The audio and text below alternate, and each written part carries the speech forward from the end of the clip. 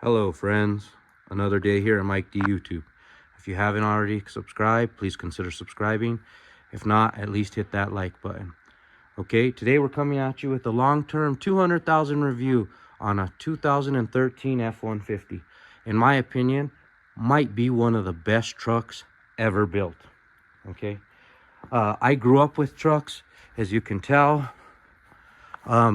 This is a work truck. I do use it for work. If you can see in the back, let's see, I even have a fifth wheel, gooseneck hitch, I mean. So this particular truck does get work, and I know a lot of you guys are gonna laugh at me for having the gooseneck hitch, but it's cool because I still use the shit out of this truck. So I've proven this truck through and through. This particular truck is a Canadian special, meaning it has an engine block heater.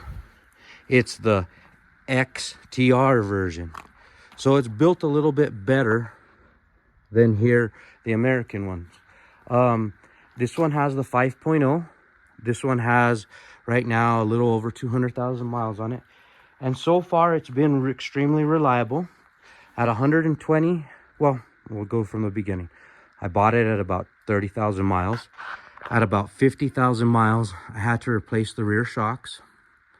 It did good till about 117. At about 117, there was an interior valve that goes for the heating system, that it turns on and off and sends the heat in a proper direction, or whichever direction you want. That failed. And then right after that failed, the front water pump started leaking oil. So I replaced the water pump myself. Took about 4.5 hours for not being a professional, just some amateur messing around. It was doable, and it was easily done for me. I don't know, speaking of anyone else or whatever, but then I did fine until about 140, 150, and then I had to replace the brakes. And then for some reason the brakes keep getting stuck, so I had to replace a lot of the hardware and the calipers, everything. That was probably, like I said, at about 160. And then after that, I had a very strange occurrence where my power steering, when I was driving home one day, just went out. And it said that it was low battery charge. And it was giving a few codes. But what ended up happening is I ended up replacing the alternator on it, and that didn't seem to stop the code. So I thought it was some electrical issue, and I was real worried about it. And my dad asked me if he could look over it once or whatever.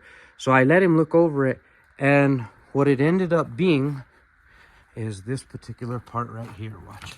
So I might do a separate video on that, but it was just the fuse that connects to the battery that had corroded.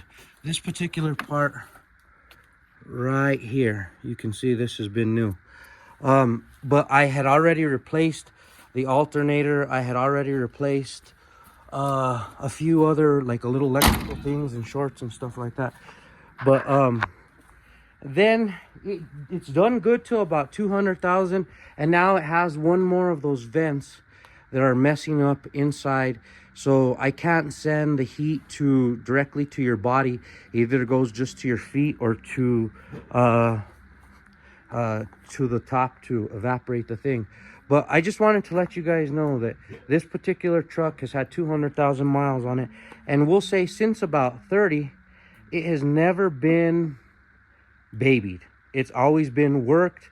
Like, it's had 2,000 pounds in the back of this truck repeatedly, which is basically the limit of what it can do. Rocky, be good boy. It is a very, very reliable truck. It's never left me walking. It has, at one point, when the fuse broke, it did give it a hard time getting home because it had no power steering. But other than that, and just to say, like, what kind of a truck it is, I used to, when I first got it, call it a sport truck, because, like, it had so much power that I could go up to, let's say, like a Mazda 6 or whatever like that, and he'd be acting tough. And this particular truck would with 1,500 pounds in the back of material would waste that truck, would completely leave it in the dust. You know what I mean? It's just a very fast, quick, it's a very smooth handling truck.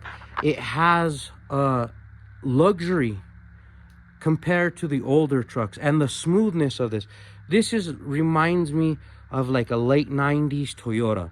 Like, it has like this tightness and this firmness to it that it doesn't feel old. At 200,000 miles, it feels like it could have came off the showroom 15,000 miles ago. This truck was what made me fall in love with F-150s and end up buying the new F-150. And I'll probably end up doing a review on that one, another review on that one pretty soon. But just wanted to give you guys a long-term 200,000 mile review. And I did ask before if you guys could subscribe.